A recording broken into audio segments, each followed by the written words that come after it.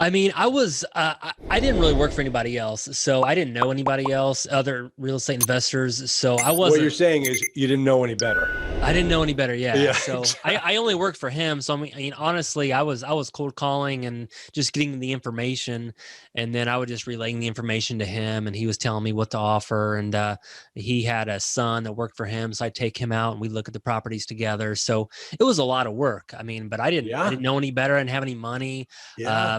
One thing my dad told me when he was a teacher, he said he never remembered a time where he had more than $5,000 in his bank account ever after 30 years. So that really resonated with me. So all of a sudden, I'm getting paid $5,000 on one deal. That was a life-changing moment because, I mean, Isn't I'm a teacher. I mean, I'm used to getting paid $700 for 2 weeks or something, So isn't it was that pretty crazy. amazing?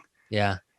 That's how, that's listen, I never, the most amazing story that I heard about my father's finances, and he was a life insurance agent, full commission all his life.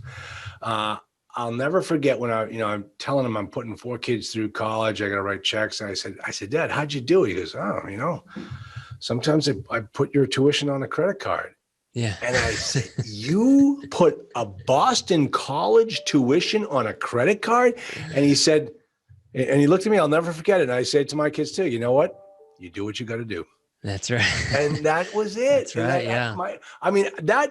that made my father look like a human instead of being this total hero figure for me.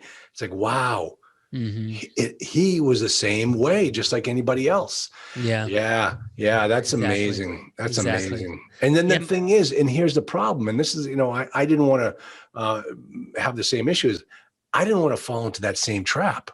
Exactly. And you did. See, I went into the insurance business after my father, and I thought to myself a couple of years, I'm like, he's struggling every day out there hustling. There's got to be an end to this. And there is no end to it. You got to keep struggling every single day. And I said, I don't want to do this anymore. This is just not Hmm. for me.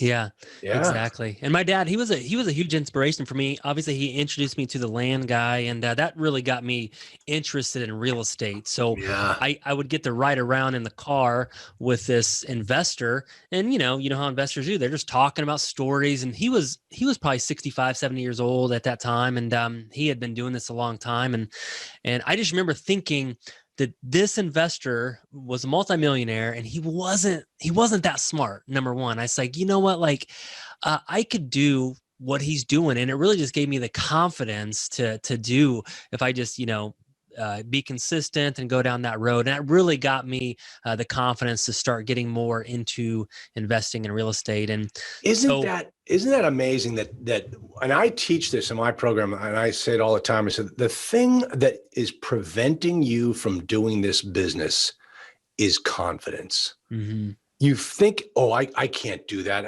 It's just, and no. And so the biggest thing I do for my clients, my students, is I give them the confidence, like, don't worry, I got your back. Just you'll be well taken care of. And it just amazes me. And think about, all the, I was having this conversation with a young woman at our club, and 18-year-old girl, beautiful girl. And I said, the biggest mistakes or the biggest regrets I have in life are those things I didn't do because I lacked confidence. mhm, And exactly. man, yeah, that is so true. That is so true.